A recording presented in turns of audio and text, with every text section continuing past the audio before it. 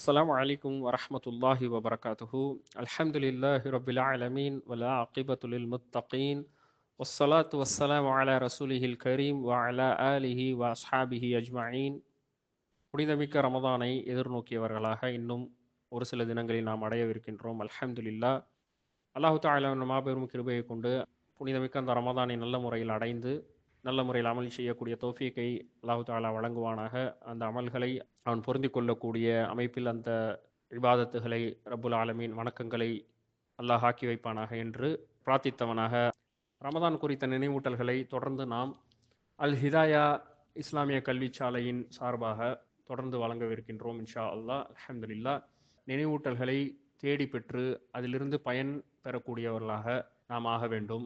ரப்புல் ஆலமீன் தன்னுடைய திருமறையிலே குறிப்பிடுகின்றான், அஸக்கிர் ஃபஇன் அஸ்ஸிக்ரா தன்ஃபஉல் முஃமினீன்.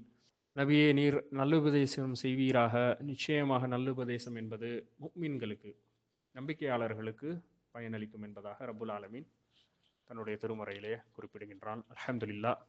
ஆக நாம் தொடர்ந்து நல்லுபதேசங்களை தேடி பெறக்கூடியவர்களாக நாம் ஆக வேண்டும். நோன்பை குறித்து ரப்புல் ஆலமீன் தன்னுடைய திருமறையிலே சூரத்துல் பக்கரா 183வது வசனத்தில் இவ்வாறு குறிப்பிடுகின்றான், யா அய்யுஹல்லதீன ஆமனூ குதிப அலைக்குமுஸ் ஸியாமு கமா குதிப அலல்லதீன மின் கப்லிக்கும் லஅல்லக்கும் தத்தகூன். யா அய்யுஹல்லதீன ஆமனூ, நம்பிக்கையாளர்களே, குதிப அலைக்குமுஸ் ஸியாம், நோன்பு என்பது உங்கள் மீது விதியாக்கப்பட்டிருக்கின்றது. கமா குதிப அலல்லதீன மின் கப்லிக்கும், எப்படி என்றால் உங்களுக்கு மின் இருந்தவர்கள், முன் சென்றவர்கள், அந்த மக்கள் மீது எவ்வாறு விதியாக்கப்பட்டிருந்ததோ அவ்வாறே உங்கள் மீதும் விதியாக்கப்பட்டிருக்கிறது. காரணம் என்னவென்றால் லஅல்லக்கும் தத்தகூன், அதன் மூலம் நீங்கள் நிறையச்சமுடையவர்களாக ஆகலாம் என்பதாக ரப்புல் ஆலமீன் குறிப்பிடுகின்றான். பொதுவாக சில காலங்களுக்கு முன்பு அல்லது இன்றும் கூட இஸ்லாம் அல்லாதவர்கள் மக்கள் மத்தியில் நோன்பை குறித்து பேசும் பொழுது அவர்கள் குறிப்பிடுவார்கள், பேச்சாளர்கள் தங்களுடைய உரைகளில் குறிப்பிடுவார்கள், அதாவது இஸ்லாமியர்கள் நோக்கக்கூடிய, முஸ்லிம்களாகிய நாம் நோக்கக்கூடிய இந்த நோன்பை பற்றி குறிப்பிடும் பொழுது பசித்திருத்தல், தாகித்திருத்தல் போன்ற இந்த விஷயங்கள் எல்லாம் ஏழைகளுடைய பசியை உணர வேண்டும் என்பதற்காகவும், சாப்பாடு இல்லாமல் கஷ்டப்படுறவங்களுக்கு அவங்களுடைய பசியை உணர்வதற்காகவும் இந்த நோன்பை இஸ்லாமியர்கள் பிடிப்பார்கள் என்பதாக அதை பெருமைப்படுத்தி சொல்லும் விதமாக அந்த நோன்பினுடைய நோக்கமே அதுவாகத்தான் இருக்கிறது என்பதாக எல்லாம் குறிப்பிடுவார்கள். ஆனால் இந்த நோன்பை நமக்கு விதியாக்கிய அல்லாஹு ரப்புல் ஆலமீன் இந்த நோன்பை விதியாக்கியதனுடைய காரணத்தை குறிப்பிடும் பொழுது லஅல்லக்கும் தத்தகூன், இந்த நோன்பை நீங்கள் பிடிப்பதன் வாயிலாக நீங்கள் இறையச்சமுடையவர்களாக ஆகலாம் என்பதாக குறிப்பிடினார். அப்போ நோன்பினுடைய முதல் நோக்கம் என்பதை ரப்புல் ஆலமீன் குறிப்பிடுவது இறையச்சத்தை தான். இந்த இறையச்சம் என்பதை தக்வா என்று நாம் கூறுகின்றோம். பொதுவாக நாம் இறையச்சம் என்று குறிப்பிட்டாலும் அல் குர்ஆனிலும் ஹதீஸுகளிலும் நாம் பல அர்த்தங்களை இந்த தக்வா என்ற அந்த சொல்லுக்கு பார்க்க முடிகின்றது. தக்வா என்பது அல்லாஹுவின் மீது இருக்கக்கூடிய அச்சம், பயம் போன்ற விஷயங்களுக்கும், அதே போல அவனுடைய கட்டளைகளுக்கு கீழ்ப்படிவது, அவன் தடுத்தவைகளை விட்டு விலகுவது, பாவங்களை விட்டு விலகுவது என்ற பல அர்த்தங்களில் நாம் பார்க்க முடிகின்றது. காரணம் என்னவென்றால் இந்த தக்வாவை அடைவதன் மூலமாகத்தான் ஒருவன் தன்னுடைய இம்மை வாழ்க்கை அதே போல மறுமை வாழ்க்கை இதை ரெண்டுத்தையும் அவன் சீர் செய்து கொள்ள முடியும். ஒரு சில செய்திகளை மட்டும் நாம் பார்ப்போம். சூரத்துல் ஹுஜராத் 49வது அத்தியாயம் 13வது வசனத்திலே ரப்புல் ஆலமீன் குறிப்பிடுகிறான், இன்ன அக்ரமக்கும் இன்தல்லாஹி அத்காக்கும்.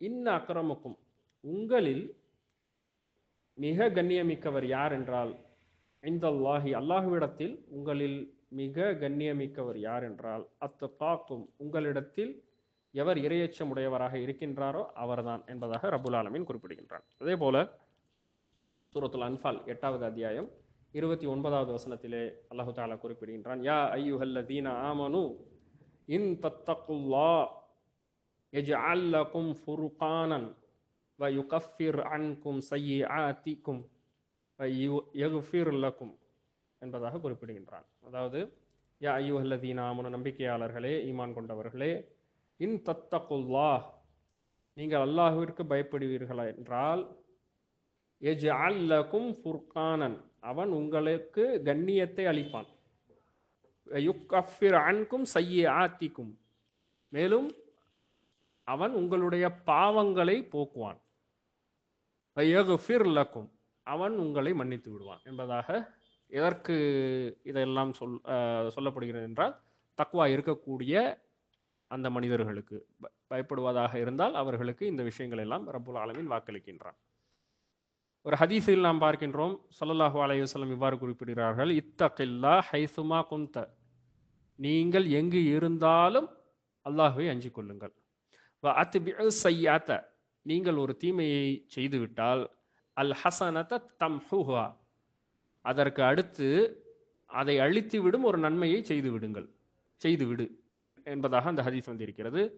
வஹாலிக்கின் நாச, மக்களிடத்திலே நல்ல முறையில் நடந்து கொள், பி ஹுலுக்கின் ஹசன், ஒரு நல்ல குணத்தை கொண்டு நற்குணத்துடன் நீ மக்களிடத்தில் நல்ல முறையில் நடந்து கொள் என்பதாக ஸல்லல்லாஹு அலைஹி வஸல்லம் திருமிதியில் வந்திருக்கக்கூடிய 1987வது ஹதீஸாக பதிவு செய்யப்பட்டுள்ளது. இந்த ஹதீஸ் ஹசனுன் சஹீஹ் என்ற தரத்தில் அமைந்திருக்கக்கூடிய ஹதீஸ் ஆகும். அதே போல ஒரு மனிதர் ஸல்லல்லாஹு அலைஹி வஸல்லம் அவர்களிடத்தில் வந்து எனக்கு நல்லுபதேசம் செய்யுங்கள் என்று கேட்கும் பொழுது ஸல்லல்லாஹு அலைஹி வஸல்லம் கூறுகிறார்கள், அலைக பித் தக்வல்லா, இறையச்சத்தை நீ கடைபிடித்துக்கொள், நீ பற்றி பிடித்துக்கொள். தக்வா தான் எல்லா நன்மைகளுக்கும் அடிப்படையாகும் என்பதாக ஸல்லல்லாஹு அலைஹி வஸல்லம் குறிப்பிடுகிறார்கள். அதே போல இமாம்களுடைய கூற்றுகளை எடுத்துக்கொண்டால், தக்வா என்பதற்கு இமாம் இப்னு தைமியா ரஹிமஹுல்லா அவர்கள் இவ்வாறு கூறுகிறார்கள், அல்லாஹ் ஏவியதை செய்வதும் அவன் தடுத்தவற்றை விட்டு விலகுவதுதான் தக்வா என்பதாக குறிப்பிடுகிறார்கள். இமாம் இப்னுல் கையிம் அல் ஜௌசியா ரஹிமஹுல்லா அவர்கள் குறிப்பிடுகிறார்கள், ஈமானோடு அல்லாஹ்விடத்தில் கூலியை எதிர்பார்த்த நிலையில் அல்லாஹ்விற்கு கட்டுப்பட்டிருப்பது, அதே போல அவன் ஏவியவற்றை எடுத்து நடப்பது, அவன் விலக்கிய தடை செய்த ஹராமான விஷயங்கள் எல்லாவற்றையும் தவிர்த்து கொள்வது தான் தக்வா என்பதாக குறிப்பிடுகிறார்கள். இமாம் இப்னு கசீர் ரஹிமஹுல்லா அவர்கள் குறிப்பிடுகிறார்கள், இபாதத்துகள் குறிப்பிடக்கூடிய அனைத்தும், வணக்க வழிபாடுகள் குறித்து வந்திருக்கக்கூடிய அனைத்தும், அதே போல தடுக்கப்பட்ட விஷயங்கள், ஹராமான விஷயங்களை விடுவதை வலியுறுத்தும் அனைத்தும், இவைதான் தக்வா என்பதாக, அதை பேணுவதுதான் தக்வா என்பதாக குறிப்பிடுகிறார்கள்.